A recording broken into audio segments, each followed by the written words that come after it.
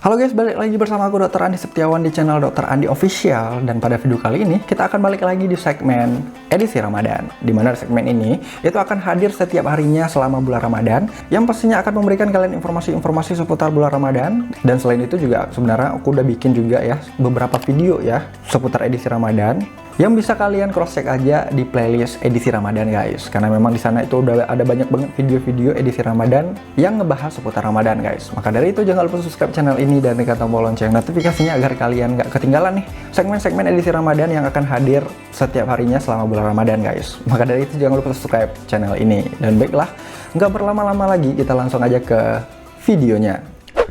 Oralid itu biasanya diminum oleh orang yang terkena diare. Akan tetapi, di media sosial nih, itu juga ramai dibicarakan bahwasanya Oralid itu dapat diminum saat sahur.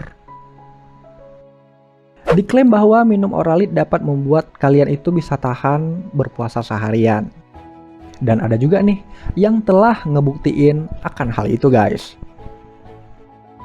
Dia mengatakan merasa seperti tidak sedang berpuasa nih, dan menyarankan orang-orang untuk meminum Oralid juga. Nah, dari hal itu menimbulkan pertanyaan nih, bener nggak sih minum Oralid saat sahur itu bisa bikin puasa kita itu tahan lama? Dan berikut penjelasannya guys. Dokter spesialis gizi klinik dari Mokhtar ya, Riyadi Comprehensive Cancer Center MRCCC Siloam Hospital Jakarta Selatan Inge Permadani itu menjelaskan bahwa Oralid itu biasanya digunakan untuk orang-orang dehidrasi pada orang yang kekurangan cairan. Oralid berisi gula dan juga garam untuk rehidrasi pada orang yang kekurangan cairan. Dan dehidrasi itu bisa diakibatkan oleh diare ataupun oleh karena hal yang lain. Menurut dokter spesialis gizi klinik, jika kebutuhan nutrisi tubuh itu terpenuhi ya, kalian tidak perlu menggunakan Oralid agar tahan puasa seharian. Dengan intake cairan yang cukup, karbohidrat dari makanan pokok seperti misalnya protein dan juga lemak dari lauk hewani serta nabati, garam dari bumbu, itu juga seharusnya tidak perlu menggunakan Oralid. Karena ya intake cairan yang kalian dapatkan itu bisa cukup-cukup aja kok.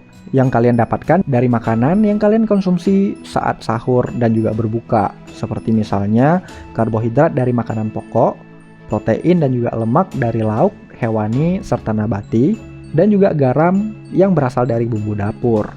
Ya seharusnya ya tidak perlu menggunakan Oralid, karena semua bahan-bahan yang berada di dalam Oralid itu bisa kalian dapetin di dalam makanan yang kalian makan. Dan terkait apakah Oralid itu harus menggunakan resep dokter ataukah tidak, ingin mengatakan bahwa sebenarnya Oralid itu bisa dibuat di rumah dan tidak perlu resep dokter untuk meminumnya. Dan apabila kalian minum Oralid ya tanpa resep dokter, itu juga tidak akan membahayakan kalian.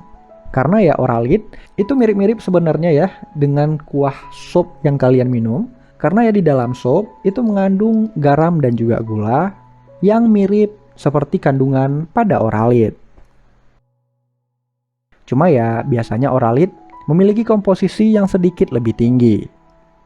Dan sebenarnya juga selama berpuasa, minuman elektrolit yang manis itu kalian harus hindarin. Karena ya minuman-minuman elektrolit yang manis itu justru membuat kalian itu haus dan juga harus dihindari selama berpuasa guys. Karena ya air yang dapat diminum saat puasa adalah air yang mengandung 0 kalori, seperti ya air putih gitu. Selain itu, kopi hitam yang mengandung sangat sedikit kalori juga bisa dikonsumsi. Akan tetapi, hanya bisa dikonsumsi secukupnya ya, karena di dalam kopi itu juga bisa mengandung diuretik yang bisa membuat kalian itu sering kencing, yang endingnya bisa membuat kalian dehidrasi juga. Penelitian itu menunjukkan bahwa kafein itu dapat bertindak sebagai penekan nafsu makan yang dapat memudahkan seseorang untuk tetap berpuasa. Tapi ingat ya, konteksnya itu jangan berlebihan. Minumlah secukupnya saja guys. Lalu, teh tertentu juga seperti misalnya teh hijau Itu juga dapat meningkatkan rasa kenyang dan menurunkan nafsu makan kalian. Oke guys, sekian aja video kali ini. Aku harap video kali ini itu bisa bermanfaat buat kalian, bisa menambah wawasan kalian, dan sebenarnya juga kalian bisa komen-komen langsung aja di bawah ya.